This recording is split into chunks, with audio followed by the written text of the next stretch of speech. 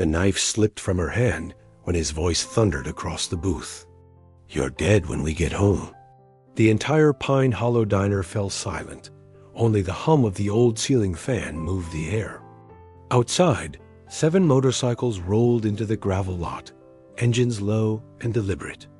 One Hell's Angel stood up slowly, watching her like he recognized a kind of fear he'd seen before.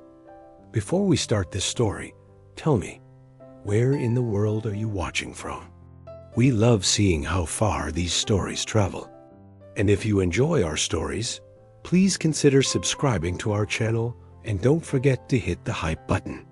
Shelby Carter had lived her whole life in Pine Hollow, Tennessee, a town where everyone waved, but nobody asked real questions. Inside the Pine Hollow diner, she stared at the condensation sliding down her sweet tea glass. Willing her hands to stop trembling, across from her, her husband Brian leaned forward, fists clenched tight enough to make his knuckles fade to white. His voice was a low, simmering threat. "I told you not to speak to your brother about our marriage. You don't get to make decisions like that." Shelby's breath hitched. She hadn't argued. She hadn't raised her voice. She just made the mistake of wanting support. When the waitress approached with refills, Brian's glare made her retreat instinctively. The moment tightened like wire. Then the sound arrived, deep, rolling, unmistakable. 7 motorcycles easing into the gravel lot outside. The windows vibrated with each rumble. A tall biker walked in first. Faded jeans, sun-beaten skin, a Hell's Angels Tennessee rocker across his back. His gaze swept the diner, unhurried but sharp. Brian didn't notice him. He was too busy leaning closer, whispering the threat that broke something inside her. "You're dead when we get home."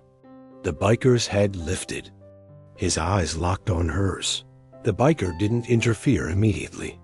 He walked to the counter like a man who'd earned his place in every room he entered.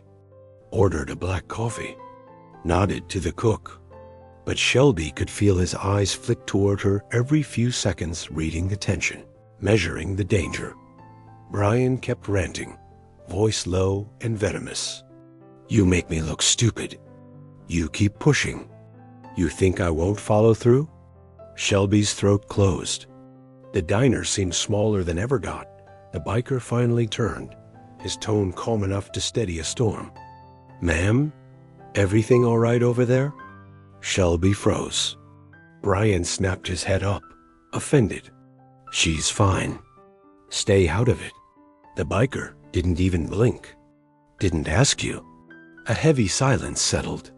Brian stood halfway, shoulders squared, trying to intimidate a man who didn't flinch.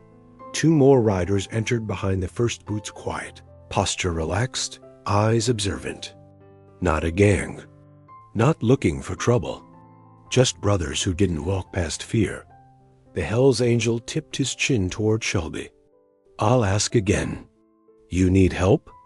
Shelby swallowed, barely breathing. She whispered the truth she'd buried for years. Yes, the biker's name Shelby learned later was Rhett Lawson, and when she whispered that single word, something in his expression changed. Not anger, not adrenaline, recognition. Rhett stepped closer, slow and steady, never raising his voice. "Let's take a breath outside. Fresh air." Brian scoffed. "She's not going anywhere with you." Rhett didn't even look his way. "I asked her." That alone knocked the wind out of Shelby being asked, not commanded. Her hands shook as she slid out of the booth. Brian grabbed her wrist hard enough to make her gasp. Rhett's posture shifted instantly, not aggressive, just unmovable. "Let her go," he said, voice like gravel settling. Brian hesitated, then released her when he felt the weight of every biker's gaze settle on him like judgment. Outside, the other 6 riders formed a loose ring, not trapping Shelby, simply widening space between her and Brian. The late afternoon sun glinted off their chrome. The gravel crunched under Shelby's boots as she exhaled for the first time in what felt like an hour. Rhett looked at her gently. You don't have to go home if you're scared to. Shelby whispered, I am. Rhett nodded once slow. All right. Then you won't. Brian followed them outside, his anger rising now that there was an audience. This is ridiculous, Shelby. You're making a scene. Shelby didn't answer. Her back pressed instinctively toward Rhett, who stepped slightly forward, not claiming her, just shielding her. One of the riders, a broad man named Harper, crossed his arms. Scene was made when you threatened her in a room full of people. Brian pointed wildly. You people think you're heroes? You don't know her. She overreacts. She always does. Rhett's jaw tightened. I've seen overreaction. This ain't that. Shelby wiped a tear with the back of her hand. She hated crying where strangers could see, but nobody mocked her. No one rolled their eyes. They just held ground. Brian tried again, tone sharp. Shelby, get in the truck. Now. Rhett turned his head slightly. Do you want to go with him? Shelby didn't hesitate this time. No. The word cracked the air open. Brian stared at her like she'd spoken another language. You don't get to decide that. Harper stepped forward calmly. Actually, she does. Brian looked around, realizing none of these men were interested in fighting him, only in preventing him from dragging her back into hell. For once, Shelby wasn't alone. Shelby wrapped her arms around herself. Tennessee heat suddenly feeling cold against her skin. Rhett didn't crowd her. He simply stayed close enough that she felt anchored. You okay standing? He asked softly. She nodded shakily. Brian pointed at Rhett. You think you're taking her somewhere? You're not. She's my wife. Rhett didn't blink. Marriage ain't a leash.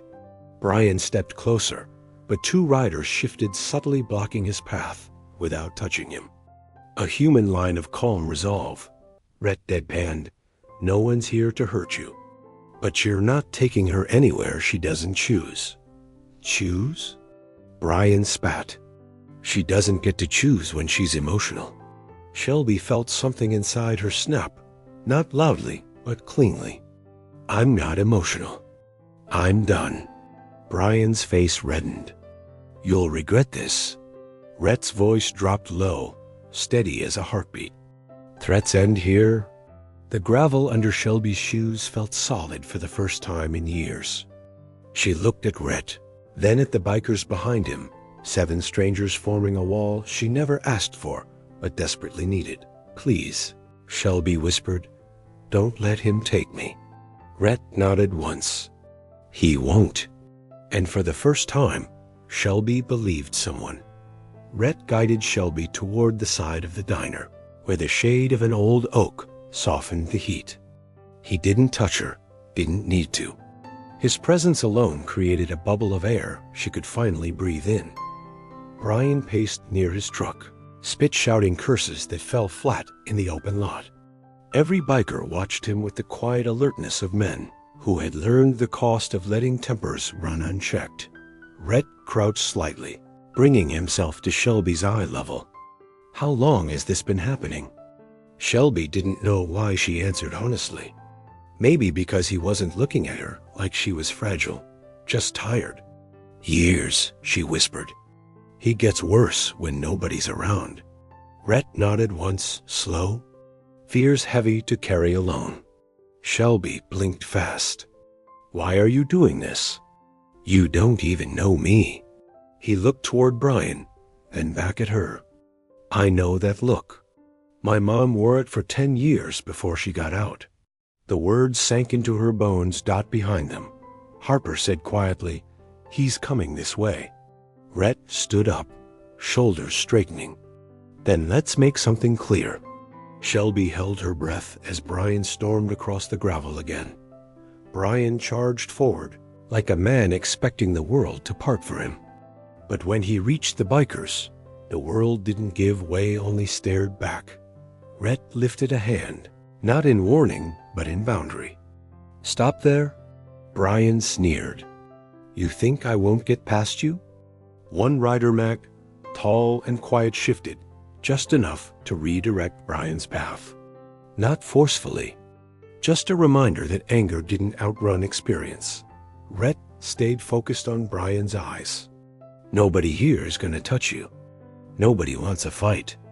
But you're not dragging her home. Brian jabbed a finger at Shelby. She's my responsibility. Shelby's voice trembled, but she spoke anyway. I'm a person, not responsibility. Her words hit Brian harder than any punch could. His face twisted with disbelief, like he couldn't recognize the woman standing in the shade instead of cowering by his side. Rhett kept his voice low, even. You're angry. I get it. But anger's not a license. Brian stepped closer. Again, but Mac and Harper subtly matched his. Movement, calm, silent, a living line he couldn't cross. Brian looked around and saw something he couldn't overpower. 7 men who weren't there to win. They were there to witness. And to stop a cycle he'd counted on staying hidden. Shelby started shaking, not from fear, but from the release of years she'd kept bottled tight. Rhett noticed immediately. He angled slightly toward her, voice dropping. You good to talk? She nodded, though her breath hitched. Brian scoffed loudly. Go on, tell them your sob story. They'll feel like heroes. Rhett didn't even glance at him. Shelby, talk to me. Not him. She let out a breath that quivered on the way out. He controls everything. What I wear. Who I see. When I speak. Brian barked out a laugh. That's called marriage. Harper's jaw flexed. No, that's control. Shelby pressed her palm to her stomach. I just want to leave. I just want a minute to figure out what normal feels like. Rhett nodded.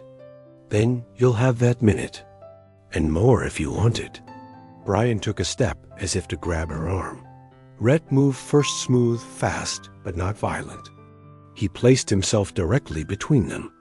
Touch her again today, he said quietly, and you'll answer to every man here. Not as a threat. As a fact. Brian's hand froze midair. Shelby watched his confidence crumble, piece by piece, under the weight of men who refused to look away. The sheriff's cruiser rolled into the lot, raising a cloud of dust. Not because someone called them, but because Pine Hollow was small, and 7 Hells Angels parked in one place drew attention fast. Sheriff Daniels stepped out, had pushed back on his thinning hair. He took in the scene, Shelby pale and trembling, Brian red-faced and restless. Bikers positioned like guardians rather than aggressors. What's going on here? He asked. Brian seized the chance. They're interfering with my wife. They're threatening me. Daniel's eyes narrowed. Shelby, you okay? Shelby opened her mouth, then hesitated. Years of swallowing truth didn't disappear in an afternoon. Rhett didn't speak for her. He just murmured, take your time. Shelby inhaled slowly. I don't feel safe going home with him. Brian exploded. She's lying. She just wants attention. Quiet, Daniel snapped. Then he looked at Shelby again, gentler. Do you want a safe ride somewhere else? Shelby nodded. Tiny but firm. Brian stared at her like she'd betrayed a script he'd written. You're really doing this?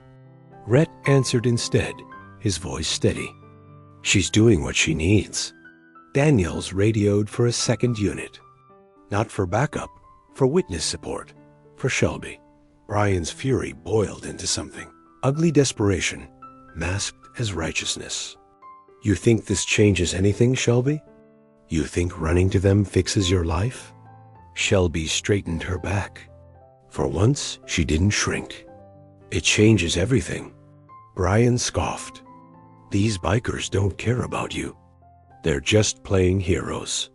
Rhett finally faced him fully. I'm not trying to be her hero. I'm trying to be her shelter for 5 minutes so she can breathe. That stunned even Brian. Sheriff Daniels stood by Shelby protectively. You need to step back, he told Brian. Right now. Brian hesitated, then took the smallest, reluctant step backward. Shelby exhaled a long, shaky breath. Her first one of real freedom.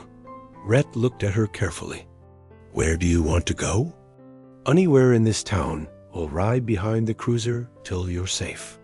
For the first time in years, Shelby had an answer. My brother's place.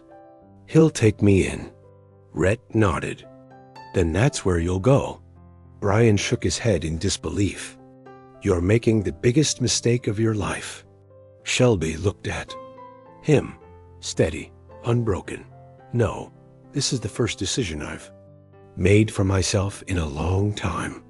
The bikers exchanged glances, quiet pride in her courage. Sheriff Daniels escorted Shelby to the cruiser while the bikers formed a respectful distance, close enough to support, far enough not to overwhelm her. Rhett walked beside her, hands in his pockets, expression steady but gentle. You sure your brother's place is where you want to be? He asked quietly. Shelby nodded. He's the only person Brian never managed to isolate me from. The sheriff opened the back door of the cruiser, but Shelby hesitated. Something about stepping inside felt like surrender. Rhett noticed. You don't have to ride in the back. You're not in trouble. Daniels scratched his cheek. He's right. Sit up front. Shelby's shoulders dropped with relief. She slid into the passenger seat while the sheriff radioed her brother. Behind them, Brian paced like a caged storm. His pride couldn't compute what was happening. A wife choosing freedom over fear. Rhett leaned down to Shelby's open window. We'll follow behind, slow, steady. You'll see every headlight in your mirror until you're safe. Shelby swallowed hard. Thank you. I don't even know how to say that right. Rhett shook his head. You don't owe me anything. Just don't go back to hurting. For the first time, she believed that was possible. The cruiser rolled down Highway 42, leaving the Pine Hollow Diner behind. In the rearview mirror, Shelby saw 7 bikes fall into formation, 2 in front, 5 behind, forming a quiet procession of protection. Nothing flashy, nothing loud, just steady, disciplined movement. She'd never felt safer on a road she'd driven 1,000 times. Sheriff Daniels glanced over.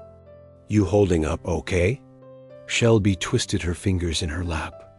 I feel strange. Like I'm watching someone else's life happen. That's normal, he said gently. Freedom feels foreign the first time you taste it. Rhett's bike held the center of the formation behind them. Every time she looked back, he was there, helmet tilted toward her, posture calm, eyes focused on the road and on her safety. The convoy slowed as they crossed the old bridge into Willow Creek outskirts. Shelby's brother lived on a small patch of land with a warm white farmhouse and a porch that sagged in the middle. When Daniels turned into the driveway, the bikes followed, engines lowering to soft rumbles before shutting off. Shelby's heart pounded. Not from fear, from the realization that she wasn't returning to the same life. She was stepping into something new. Shelby's brother, Tom Carter, rushed onto the porch, wiping his hands on an old shop rag. His brow furrowed when he saw the cruiser, then softened with instant concern when he spotted Shelby stepping out. Shell? He called. What's going on? Her voice trembled. I couldn't stay there anymore. Tom didn't hesitate. He stepped forward and pulled her into a firm, grounding hug. You come inside. You're safe here. The sheriff gave Tom a quick rundown, just enough to explain without violating Shelby's privacy. Tom's expression darkened, fury simmering beneath his calm exterior. I should have checked in more, Tom whispered. Should have pushed harder. Shelby shook her head. He made sure nobody got close. Rhett approached the porch slowly, helmet tucked under his arm. Tom's posture stiffened, not aggressive, just cautious. Rhett extended a hand. Rhett Lawson. We were at the diner when things escalated. Tom shook his hand firmly. Then I owe you more than I can say. Rhett replied softly. Just doing what someone once did for my family. Shelby glanced between them. Two good men who had stepped into the gap her husband created. For the first time in years, she felt the weight in her chest lighten. Not gone, but finally lifting. Tom brought Shelby inside, sitting her at the old oak kitchen table. The farmhouse smelled like coffee grounds and cedar clean, worn, familiar. Rhett remained by the door, giving space but staying present. You want something to drink? Tom asked. Shelby nodded, wiping her cheeks. Anything warm. Tom poured her tea while Rhett watched quietly, arms crossed loosely, eyes lowered as if trying not to intrude on a family moment. Shelby finally exhaled. Brian's not going to let this go. Rhett stepped closer, voice calm. He'll try something. Anger doesn't disappear, but he won't have access to you tonight. Or tomorrow. Tom's jaw tightened. If he comes near this property, Rhett cut in gently, let the sheriff deal with him first. Not fists, not force, law. Tom paused, digesting that. Shelby touched her brother's hand. I don't want violence. I just want the fear to stop. Rhett nodded. Then we stay smart, precise. Shelby turned to him. Why do you care this much? He hesitated, then answered with honesty stripped of drama. Because I know what it's like to watch someone you love disappear inside themselves. And I won't watch another person drown alone. Shelby looked away, because that truth hit too deeply. Night fell. Settling gently onto Willow Creek, Tom set up the spare bedroom, the one Shelby used to sleep in during summers. Rhett stepped outside to make calls, quiet, low-voiced updates to the other angels. No threats. No talk of revenge. Just coordination, safety, presence. When he re-entered the kitchen, Shelby sat alone at the table, fingers wrapped around her tea mug. Her eyes were red but steady. Did he leave the diner? She asked. Rhett nodded. Daniels kept an officer nearby until Brian drove off. He didn't follow us. Shelby lowered her head. He's going to explode when he realizes I'm not coming home. Rhett sat across from her, keeping the table between them. Respectful distance. Explosions burn out. But a woman too scared to leave? That's a lifetime. Shelby swallowed hard. I don't even know who I am without him telling me. You'll figure her out, Rhett said softly. And she'll be someone stronger than you think. His voice carried the weight of someone who'd rebuilt himself before. Shelby looked up at him. Are you staying? Rhett nodded once. Outside. Not in your space. But near enough you can sleep without listening for footsteps. For the first time that night, Shelby allowed herself to cry, not from fear, but relief. Rhett sat on the porch swing outside Tom's farmhouse, boots resting on the old wooden boards. The night hummed with crickets and the distant rush of Willow Creek. He didn't touch his phone, much just tapped the screen every now and then to check that the other angels were spread across nearby roads, keeping watch without making a spectacle of it. Inside, Shelby lay awake in the spare bedroom, staring at the ceiling. Fear didn't leave in a single night. It untangled itself slowly, thread by painful thread. The house creaked in the wind, and every sound made her chest tighten until she remembered Rhett was outside. Steady as a lighthouse. Tom stepped onto the porch quietly, handing Rhett a mug of coffee. You don't have to be out here all night, he said. Rhett accepted the mug. Yeah, I do. Tom hesitated. You're doing more for her than anyone ever has. Rhett's eyes stayed on the dark road. Someone once sat outside my childhood home all night, so my mom could sleep without checking the door. I'm just passing that forward. Tom exhaled slowly. Well, thank you. Rhett nodded. She's safe tonight. That's all that matters. Morning light seeped into the farmhouse through sheer curtains, turning the spare room pale gold. Shelby woke to the softness of a bed not shaped by years of tension. For a moment, she forgot why she was there, and memory rushed back with a sting. She pushed herself upright and listened. No footsteps stomping, no mug slamming, no sharp breathing, just the quiet murmur of Tom talking to someone on the porch. Shelby peeked out the window. Rhett was still there, sitting on the railing, jacket off, shirt creased from hours of staying awake. He wasn't watching the road like a soldier. He was watching the morning, calm and grounded, as if this kind of patience came naturally. Shelby stepped outside. You didn't sleep? Rhett shrugged lightly. Not the first time I'd stayed up on a porch. She hugged her arms around herself.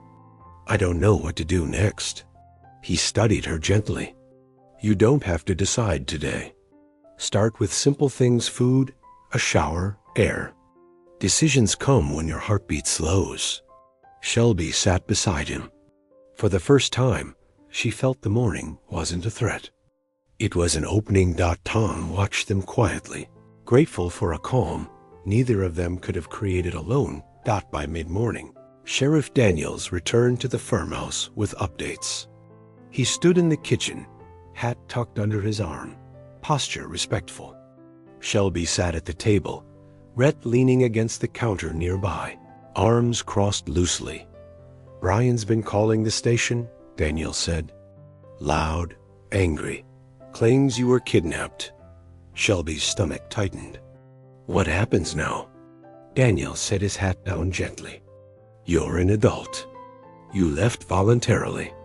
There's no crime there. But I want you to know if you file a statement, we can legally keep him from showing up here. Shelby stared at the table grain. Her hands trembled, but not as badly as before. I'm not ready for that yet. Daniels nodded. That's all right. This is your timeline, not his. Rhett spoke up softly. He come by in person? Not yet, Daniels replied. But he's circling the idea. I've got a deputy parked near Pine Hollow. We'll call the minute anything shifts. Shelby looked toward the porch door. I don't want anyone hurt. Rhett answered gently. Nobody's looking for a fight. Just to hold a line and keep you breathing easier. Daniel smiled faintly. You picked good guardians. Shelby didn't say it aloud, but she knew it was true. Tom stepped outside to take a call, leaving Shelby and Rhett alone in the kitchen. Sunlight painted warm stripes across Rhett's forearms. Shelby watched him quietly, trying to understand a man who could be both intimidating and gentle without contradiction. Why do you talk so calm? She asked. Most men raise their voice when they want control. Rhett's gaze stayed on the mug in his hands. Because yelling never saved anyone I loved. Shelby's throat tightened. You lost someone? He nodded once. My dad, angry man, thought volume made him right. My mom finally escaped, but it took years. I swore I'd learn a different language. Shelby exhaled slowly. I didn't think men like you existed. Rhett looked up firm, not flattered. You don't need a savior. You need space to breathe until you remember you can run your own life. Shelby held his gaze. You gave me that space. He shook his head lightly. You stepped into it yourself. Tom re-entered then, quieter than before. Brian's on the move, he said. Headed this way. Shelby's heart squeezed. Rhett stood, jacket in hand, calm as sunrise. Then we'll meet him with clarity, not chaos. Brian's truck growled up the gravel drive minutes later.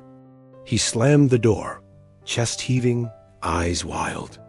But the moment he saw Sheriff Daniels' cruiser parked beside the barn, he faltered. The law changed the temperature of his anger. Daniels stepped forward. "Brian, stop right there." Brian's gaze snapped to Shelby on the porch. "You think hiding here fixes anything? You're my wife." Shelby gripped the railing. Her knees shook, but her voice didn't. "I'm a person, and I needed to leave." Brian pointed accusingly at Rhett. "This biker filled your head." Rhett cut him off gently. "She spoke for herself. Nobody coached her." Daniels held up a hand. "Brian, she's safe here. You're not taking her home today, or any day until she says otherwise." Brian's bravado leaked out like punctured air. "She'll regret this." Shelby straightened. "No, I regret staying as long as I did." Rhett didn't smile, didn't gloat. He simply watched her reclaim territory inside herself. Daniels escorted Brian back to his truck. Time to go. When the engine faded down the road, Shelby finally exhaled slow, shaky, liberating. Rhett stepped beside her. "You just took your life back." And she knew he was right. Freedom doesn't always come in bursts. Sometimes it arrives on quiet wheels, carried by people who've learned to stand where others break. If this story moved you, subscribe and join our family, where every tale reminds us that courage grows the moment someone finally says, "No more."